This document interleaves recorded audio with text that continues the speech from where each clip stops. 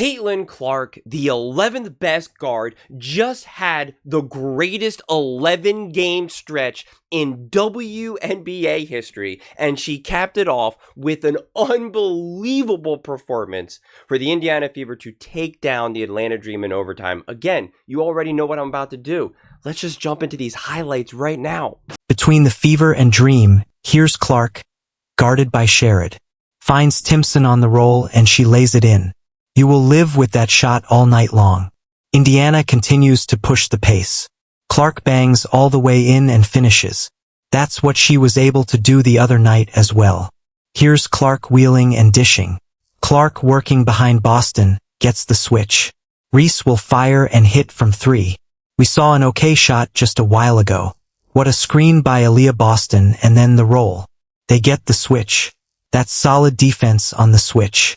She's right there with her hand up to contest. Howard. Clark goes behind the back, finds Mitchell for help, then finds Clark again. Clark to a wide open Harris. Her 3 is good.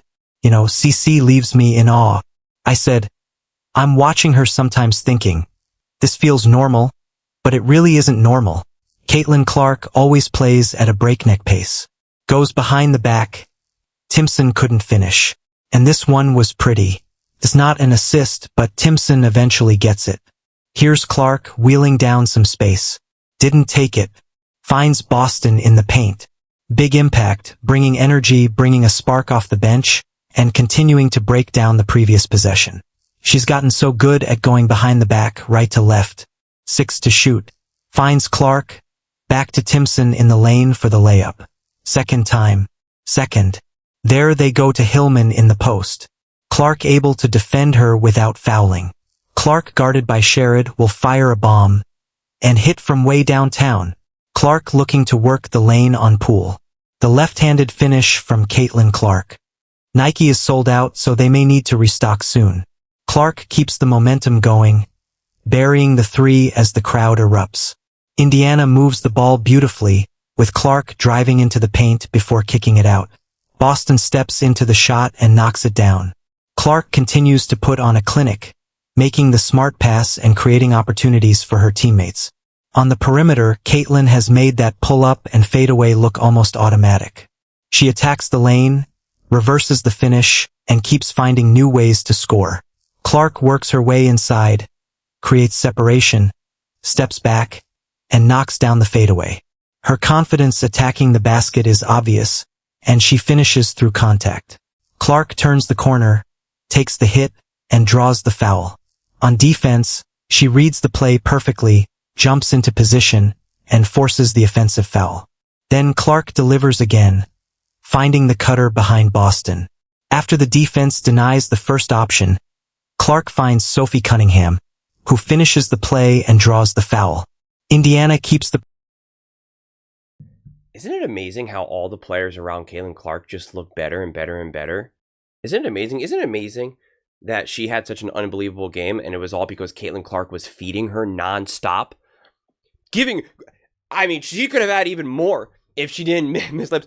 Again, as per usual, I counted over 10 missed assists, and we saw them today. Timpson had one of them, the behind the back one. Oh my gosh, unbelievable. The Fever did everything they could to lose this game. I'm going to be making a separate video, and we'll be talking about it because I got like 3 or 4 plays. Outside of all the missed, assists and missed layups, there's like 3 or 4 plays that are just so bad that I was going to highlight if they ended up losing this game.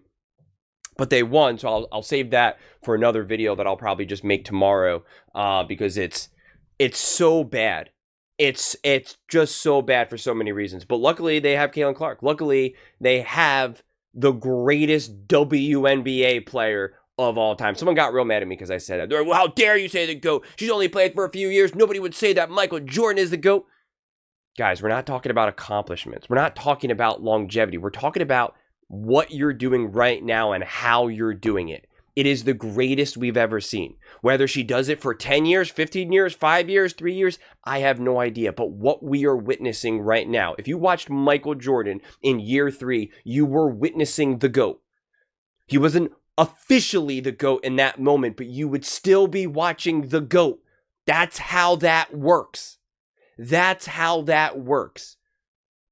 She is unbelievable, insane, sensational. I asked you guys all left me comments of other words to use for her, because I'm literally running out of words. And these are some of the words that you guys left me. Transcendent, generational, otherworldly, electrifying, audacious, surgical, masterful, sublime, mesmerizing, unprecedented, visionary, peerless, preposterous, unstoppable, basketball savant. I mean, Caitlin Clark is the creator, and she is the destroyer, because she dominates the WNBA and dominates the record books. And again, this is why record books really don't matter that much to me, because I'm always going to emphasize this. Caitlin Clark had 26 points and 9 assists. 9 assists. So she didn't get a double-double. You know what I mean? But Angel Reese got a double-double. And so that's now special. 15 points, 14 rebounds. She went 5 for 16, you know. But what are you going to do? But it was a double-double, right? So it gets to like go in a little category of like, oh, double-double. And Caitlin Clark doesn't get her double-double because her team can't make layups. You know what I mean? But I mean, like, literally, Boston's got 18 points. Mitchell's got a bunch of points. And Timpson's got a bunch of points. And it's all because of the creation from Caitlin Clark. I don't know why Timpson was, like, in and out of the lineup, in and out of the game. Like, even the broadcast team was like, is she injured? Like, what's going on? I mean, again, the Fever were trying to lose this game. Like, it was like they were doing everything they could to lose this game. It was actually uncomfortable at points, honestly. I mean, again, I'm going to make it a separate video. It was really in the fourth. I mean, it was throughout the course of the game, but the plays that I want to go over are all in the fourth quarter, the end of the fourth quarter, 3 minutes, 1 minute, and the end of the game, and then in the beginning of overtime. And it was just like, it's inexcusable. It's ridiculous. Be on the lookout, because I'll just make that a separate video. But I mean, we just got to continue to celebrate what Caitlin Clark is doing. We saw on the broadcast, right? She's literally all-time leader in career with assists right now. It's at 8.4. It might have, went up like a little bit because of this 9 assist game. And again, what's crazy is that it should be even higher. Like, it's like, again, this game, easily she could have had a minimum, like, easy shot, 6 more assists. Like, this could have easily been, 26 points, 15 assists? Yeah, 26 and 15. I mean, like, do you understand how insane that is? And is it shocking? Is it shocking that Timpson has 20 points, has the game of her life, in a game that Cece is just setting her up again and again and again? She is the creator. She is the creator. And Kelsey Mitchell had her typical game that was really awful, but yet still got some points. I mean, like, Kelsey Mitchell was not good. Again, she had 20 points. And I'm like, oh, wow, now she has X amount of games of 20 or more points. And it's like, yeah, she did. She was really bad. This was a terrible game. She was forcing up so many shots, going into double, triple, quadruple teams seemingly. I mean, like, you heard the broadcast as well talk about how selfless Caitlin Clark has been, how she was passing up shots and getting her teammates open looks. And then, like, the next play, Kelsey Mitchell just has her head down, dribbling into, like, a trio of Atlanta players and forcing up an out-of-control layup. And it was just like, oh, my gosh, what are you doing? But then she hits a 3 to tie the game. Like, what do I always say? She's Russell Westbrook. She's Russell Westbrook. She can show up. She can answer the call. She's really athletic. She's really fast. But then, like, you're just like, I don't know what to do with this. And unless she's really on, it's brutal. Unless she's really on, it's brutal. Unless she's making that out of control layup, it's brutal. It's brutal. Boston had 14 rebounds, yet somehow is a horrendous rebounder. Horrendous rebounder. I mean, like, some of these rebounds that she was not getting, I'm already spoiling the next video because it's so frustrating to see. It's frustrating to see that Caitlin Clark could literally have, honestly, if they actually helped get Cece, like, points herself, right? Like, if they actually helped create for her, I know, crazy concept, she could have had like a 30 and 15 game. But, like, instead, we don't get it. I mean, even at the end of the first half, how they had Kelsey. I mean, Caitlin Clark is on a tear. She's crushing it. Again, the creator. And they have Kelsey Mitchell wind the clock down and end the first half. That just doesn't make sense. Like, none of it makes any sense whatsoever. But Caitlin Clark single-handedly kept them in this game. Single-handedly got them the lead. Single-handedly won them this game. And I know you want to point out some other players. I do. I get it. You can remove any of those other players and Caitlin Clark would have made it work. If you remove Caitlin Clark, the whole thing collapses. That's the difference. So yes, Timpson had 20 points and Mitchell and Boston, absolutely. You take away Caitlin Clark, everything collapses. You get steamrolled. You get destroyed. You get walked off the court. That's the difference. Man, Caitlin Clark is just next level. Caitlin Clark is just next level, which again, I gotta do it again. Between the fever and dream, Caitlin Clark immediately makes an impact. Guarded by Sherrod, Clark finds Timpson rolling to the basket, and Timpson finishes the layup. Indiana pushes the pace, and Clark attacks the lane with strength before completing the finish herself. Clark keeps creating opportunities, driving, spinning, and dishing the ball to her teammates. Working behind Aaliyah Boston, Clark gets the switch and creates space for a three-point attempt that connects. Boston delivers a terrific screen and rolls hard, forcing the defense to make a difficult switch. Clark then goes behind the back, finds Kelsey Mitchell, gets the ball back, and quickly sets up a wide-open Harris for three. Clark continues to play at a breakneck pace, using her behind-the-back move to create separation and keep the defense guessing.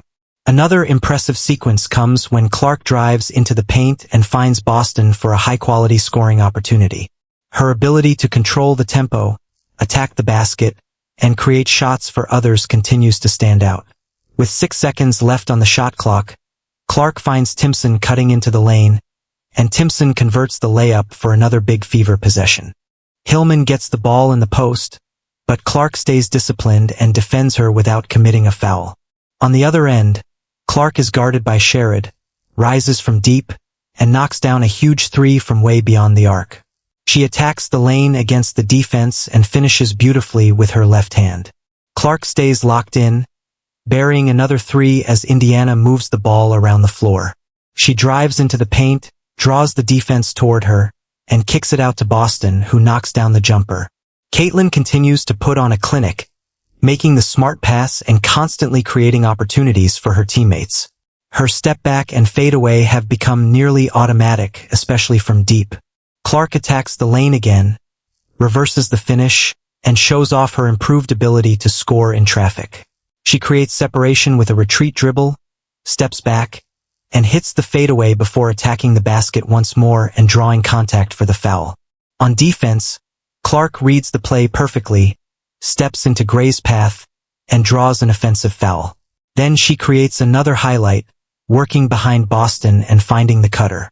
When Timpson is denied, Clark quickly finds Sophie Cunningham, who finishes through contact and earns the and-one. Clark continues to control the action with her scoring, passing, defense, and relentless pace, keeping the fever in command. Caitlin Clark, ice in her veins, the creator, the destroyer, and she's only getting better. But those are just my thoughts. I'd absolutely love to hear yours. What do you guys all think about Caitlin Clark? And just the historic pace that she is on right now. Like, literally historic. She is making the history of the WNBA literally not matter. She's rewriting the history books. Let me know your thoughts in the comments below. I read every single comment, whether you agree with me or disagree with me. Either way, let's get in some discussions. Let's get in some fights, but ultimately, let's just have some fun. And please do consider subscribing. We're building an amazing community here, and I absolutely love to see you part of it. I want to build something that we all generally feel connected to, something that we're really excited to be part of. I think we're well on our way to doing it. Please don't forget to give this video a thumbs up, as it really does help with visibility and the algorithm. Thank you so much. See you next time.